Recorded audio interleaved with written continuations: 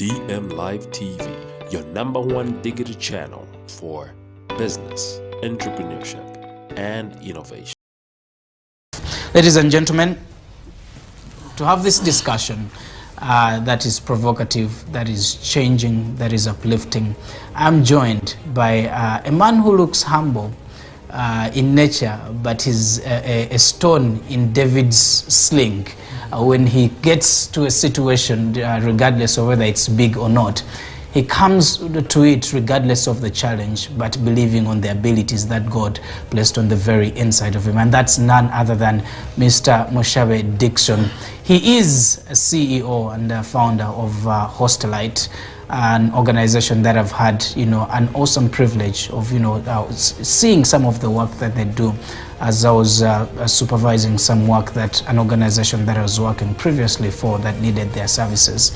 But then through that, he budded something that I found quite unique, and he talks about them briefly in his book. I'm not sorry for my mistakes. Then also this book, 31 Keys, and those are the cinnamon clubs.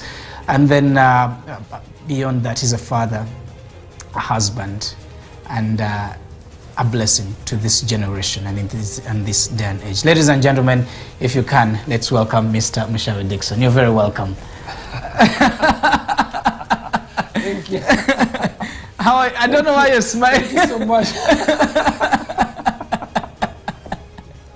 That is who you are. Wow, that's too much. Thank you so much. What really made me so much smile is when you mentioned loving husband. Yes. And father. Yes. Even if the show stops here, I'm done. Because you give credit to them in your books, and that shows. Yes. But you're going to tell me, this is an aside, probably we'll talk about it later. I couldn't pronounce the names of, is it your children? Is it do you guys speak another language in your home? That's a story for some time later. I want to make sure we have some time and we squeeze them in. Dickson, how are you doing, sir? I'm fine, thank you. How are you? It's great to have you here on this set. I'm glad to be here. I've been looking forward to hosting you and, most importantly, hearing from your school of thought. And thank you so much for putting together this book. Yeah. It's, I was just going through this book and I was like, well, these are things that I know. And that's a good thing. Yes. Because we've read a lot of business books and they are so foreign and your things come out with such simplicity. And 31 days, 31 keys, how you can start, restart your business. Now, any business person out there, we're going to go straight to the mud, if I may put it out there. Yes. I want to be very honest with you. I have seen people write books, and yesterday, if you know the owner of Arua Hills, the gentleman who is in Arua who has put together big facilities, a businessman. Is it Atai? I've forgotten his other name. But he's written a book, and I was looking through, same with the Ham, I've seen some of those books, and the comments and the sentiments of people. They're like, we don't want books. We want money. We want, don't tell us how to make billions. We want money. And I want to be very honest with you again. If you hear out there, the biggest problem, organizations, people are talking about Simanyi capital. We don't have capital. And here you are, you make a bold statement in your book, Simanyi, or you don't need capital, things, something like that. Yes. Posing atugenda lwanira ku set.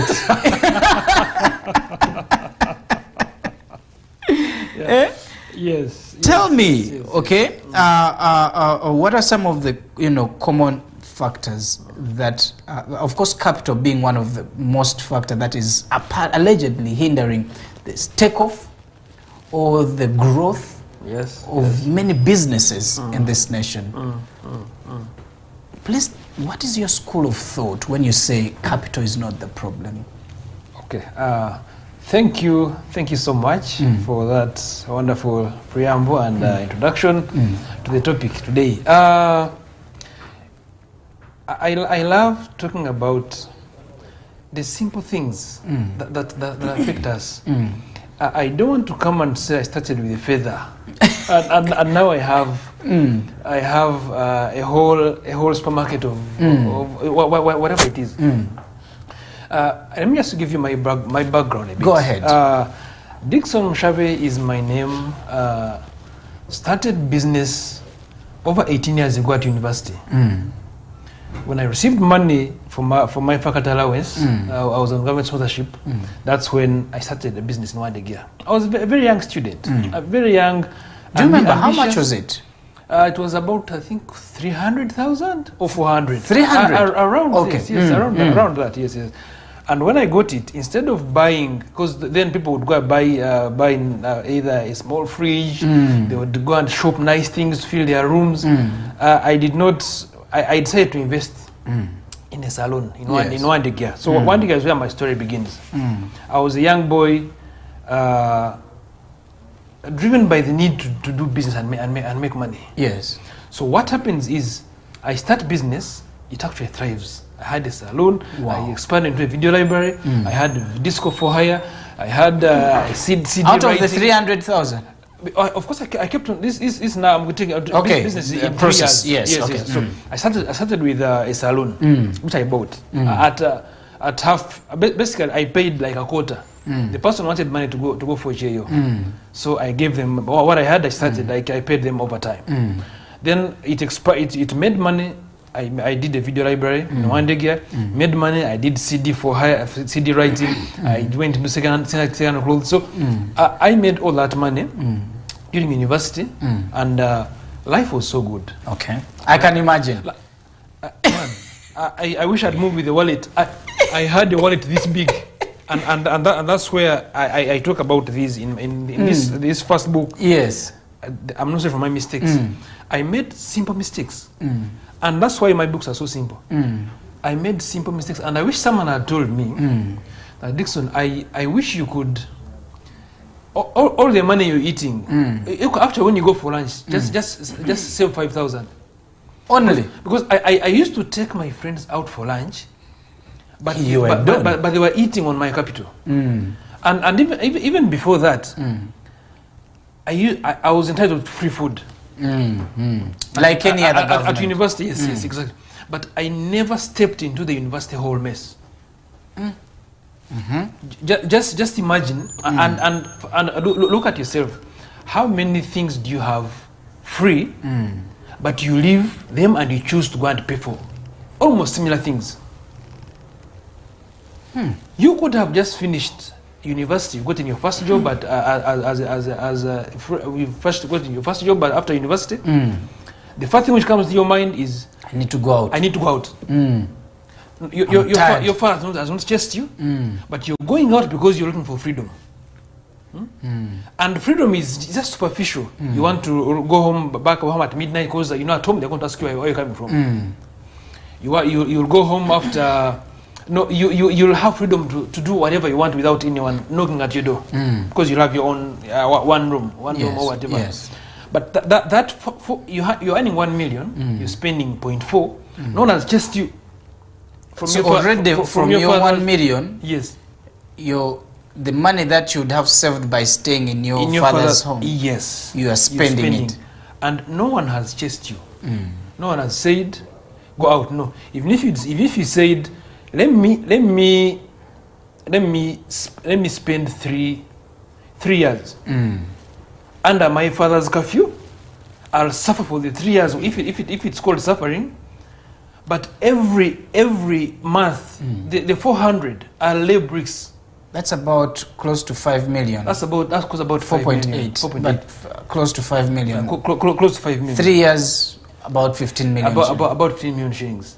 Even if you push it to 5, maybe 5, and you could even decide to save more than that, because you're staying at your father's house. Food is there. Chances are, even when they're going to work, they could even take you. You could actually end up saving almost 0.8.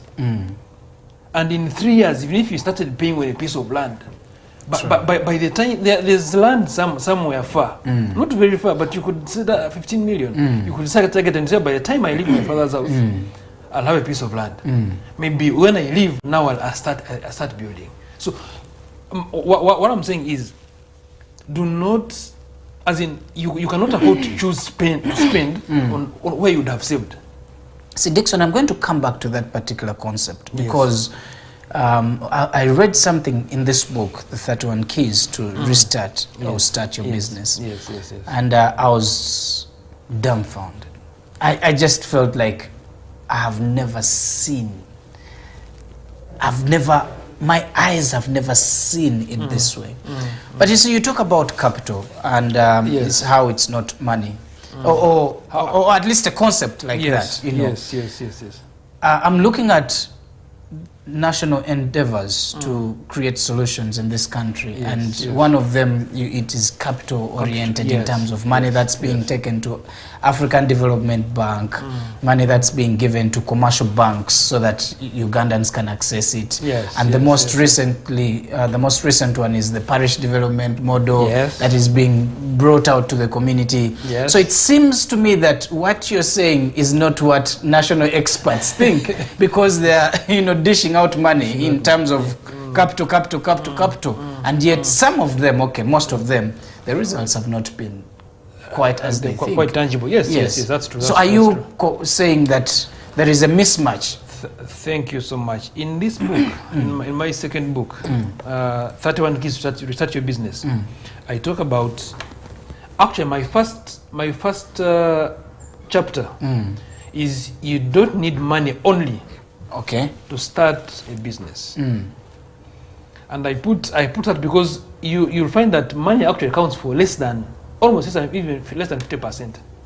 And I share an example. And why I'm so passionate about this, because it is so simplistic, it's so simple that you can even start today. As long as you have your phone, which already has data, because I know you're on social media already. So you already have what it takes to start a business. Phone and data. And why I share this, because many businesses have failed to start because people are waiting for billions.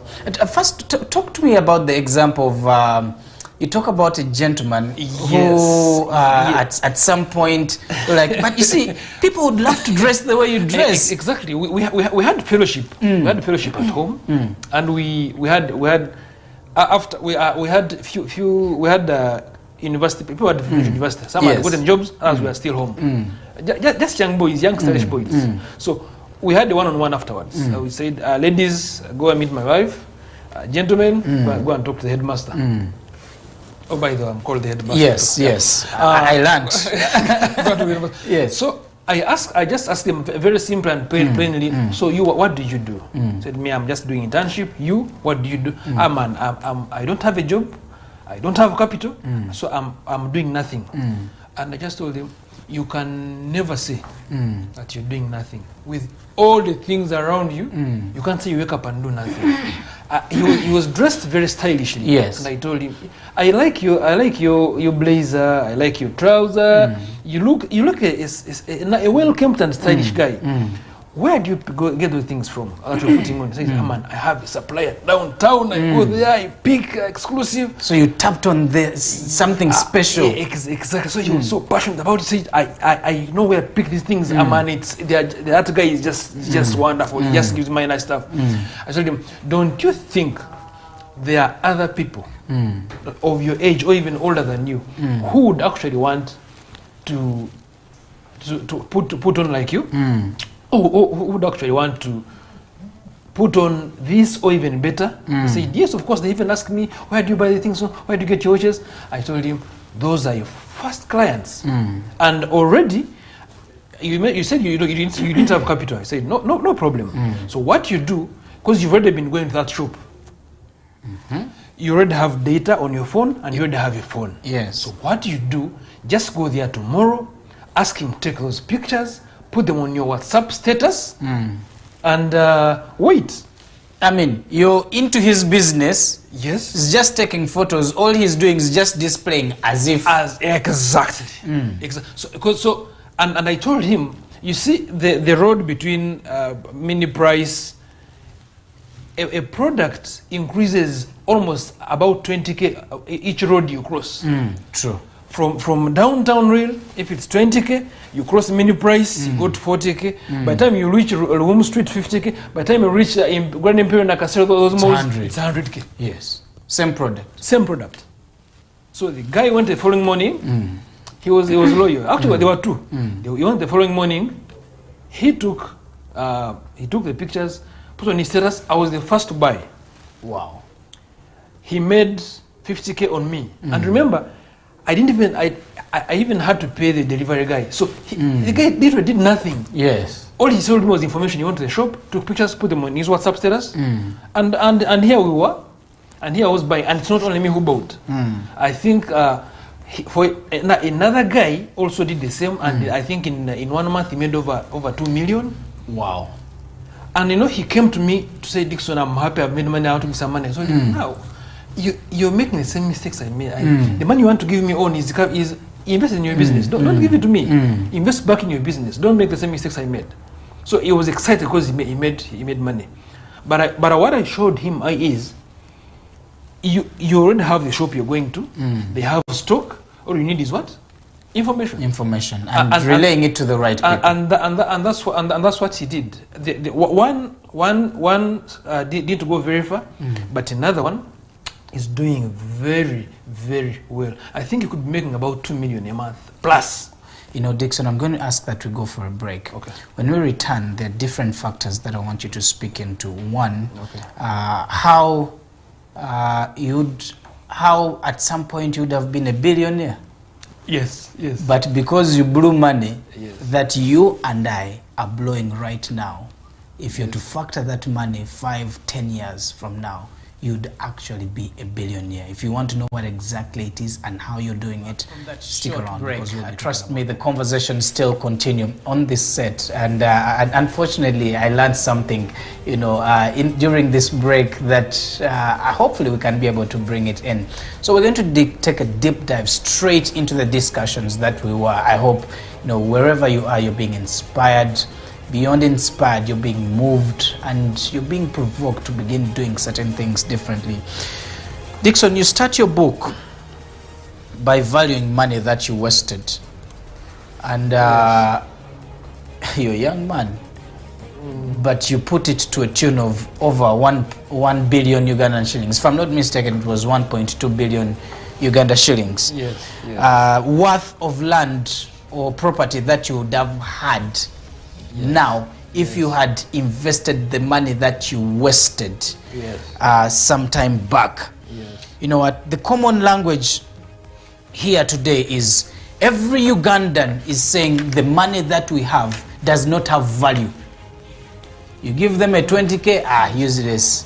50 shillings, useless. In fact, 50 shillings and 100 shillings these days, apparently it has no value. Okay? 20,000, no value. First, speak into the notion of the currency we have has no value vis-a-vis, the money that you thought you were blowing and the value you looked at it, and how later on you thought, I would have been 1.2 billion shillings richer right now. Yes. Because that is where we find ourselves in today. There is money that we're wasting. Yes. There is money that we would be investing right now. I've seen a joke on social media. What business can you do with 1 million shillings? Nothing.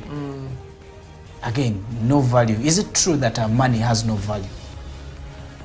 Thank you so much. And I like simple things. I like simplifying the stories. And in these books, I simplify them so much that even the person who goes through and read these books, he gets to relate to the everyday scenario. What I mentioned about the money I lost, which is about could be 1.2 plus billion, and the loss increases per day. I think if you're to measure it now, you're right in now. 2 billion. I'm in 2 billion. So the money I lost increases per day, and every time, every day, that loss it goes higher and higher. And why am I saying this? The money I had then. To sum it up, I would have been able to buy about 30 acres of land. Then? then that's about 18 years ago. It is true. An acre of land was probably, you could get it 1 million, 1 million and even 500,000 in some. And I was making 0.9 a month from my businesses. Wow. I was loaded, but as I was loaded, I was making almost 0.9 a month. And if I'd said, let me just buy an acre or half an acre every month for 3 years, I would be in 30 plus acres. True.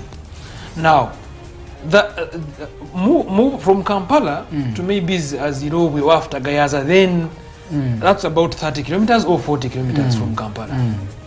An acre was that then. Yes.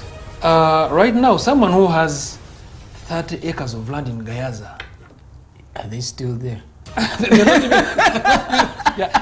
they're not even there. They've probably been tempted to breaking it down to get more money. Exactly. That you're talking about. Yes, they are not even there. And if someone, even if you had 20 and you broke them, you break them down into 50 by 100 small, you'd even surpass the billions I'm talking about that are lost.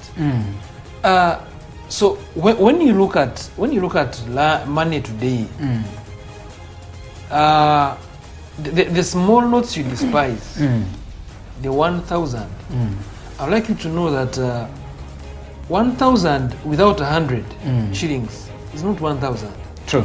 And if you go to buy airtime or data of 1,000 and you have 999, they can't. You will not buy it. So that 1 shilling which we tend to despise is actually. Even when you go to a supermarket, and let me bring it down, and you go to buy things, you've finished buying things, you've given them 20,000, and they find they don't have change 1,350 to give you, or maybe 350. Then they have a habit of telling you, can you buy something in this? A sweet in this.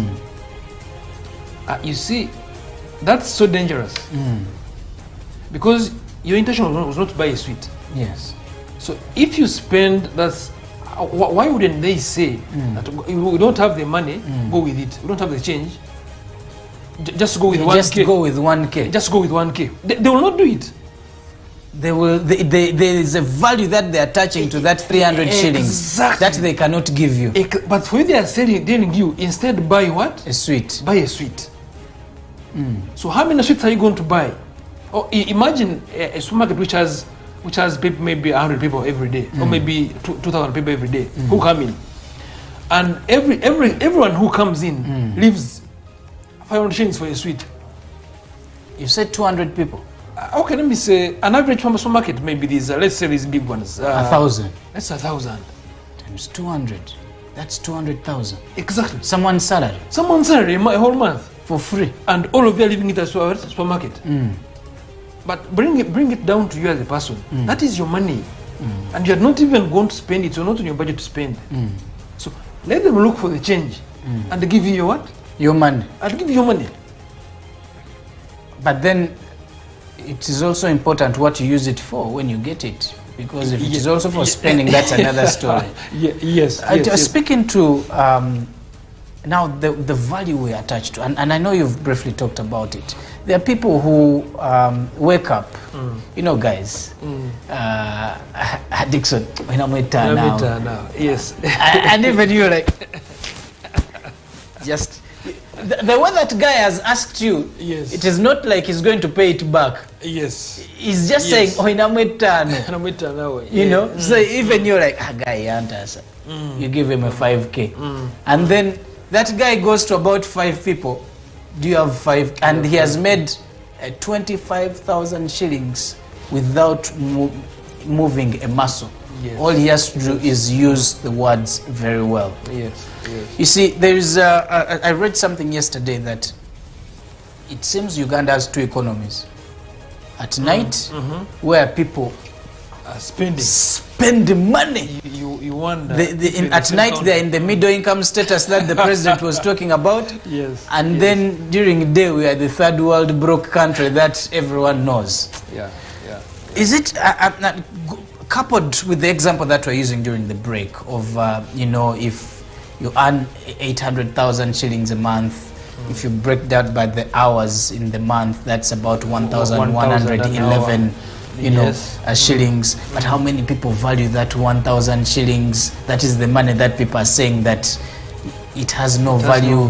They can give it out, spend it, but then there are people who are collecting it. Someone in the account who stopped in the bank who stopped giving money to broke people who are on the streets. That's in the States, because every 2 months this broke person who begs money off the streets would bring in about $4,000 every 2 months and bank and go back on the streets and beg. That is plus. That is money they have saved. Yes. And if invested well, can definitely not be 1,000 tomorrow. It will be, at least there will be 1 shilling or 100 shillings added onto it a month later. And that 1 shilling which was added wasn't there before. True. So when you look at 1,000 shillings as little money, yes, you can easily, quickly spend it in any way without even thinking. But just think about if it were invested, and there are very many ways of it. If you send there your 1,000, every day it gives you 1 shilling or 2 shillings. It was not there before. And I know there's some questions that I really want to ask, but this one is paramount. Yes. That probably are the reasons why they're still wallowing in the mud that they are. And please shed more light on them, because I read them, I was like, well, yeah, it makes sense. What are some of the mistakes that would be successful businesses or entrepreneurs do that, whether they know it or not, that actually are costing them a lot? Yeah. In one of the chapters, I talk about appearance. A client can decide to give you business. Yes. just by looking at you. Yes. The way you enter, the way you sit. Because remember, the client is a human being. Yes. Much as you can put everything aside, but you're dealing with a human being. So they will look at your belt, they look at your shirt, at your dirty collar, they look at how you're sweating. So as you're explaining your business, they're thinking, but this guy shower really? You mentioned a story of how you were sharing, you wanted to do a website, is it? Yes, for someone? And yes, wanted to do a website. And I'd started Hostalite. Yes. Here I was, of course, one guy with my laptop. There was a good deal someone had referred to me to. There was an NGO at Makere. I went to pitch. Where just bare bottom. My laptop bag was either. But what happened is I reached. They welcomed me. I sat down. I started. Work had been done before. I told the client, this guy does good work. I reached, opened my laptop, client was seated like here, and an old lady there, middle age, with glasses on. I started telling her, we've done this, I can do this for you, here, in the middle of... And deliver, and say, this one, tomorrow. We have done. I've also failed to deliver, and I've lost some clients because I failed to deliver. For some reason, so they happened. So, which means it can happen to anyone and everyone. So, if it has happened to me, and I've lost business because I failed to deliver, so you don't do it, or just take a few clients who you can service. You'd rather have one happy client than 1,000 unhappy clients. Or at least tell them, pay me as a video. Pay me as a video, and I will do. So now, I talk about, most clients, people call the next provider because their current provider failed to deliver or didn't deliver in time. So that's when they start looking for the what? For the next person to call. So imagine you're going to deliver a cake. A cake, maybe you're a baker and you've got ingredients. They even arrive late. You have a birthday. And what? Call the client, tell them, you know what? I'm sorry, I'm on my way, but I'm in traffic. Give me 3 hours. Yes. They will film, but they'll change the program of cake cutting to where? Not to where I'm here, I'm coming. And then not this I'm saying, I'm here, I'm coming, I'm on the border. When you're just icing the cake. and remember, they've complained to all the guests that have come for their birthday. So all of them will never give you business. I remember emceeing a wedding and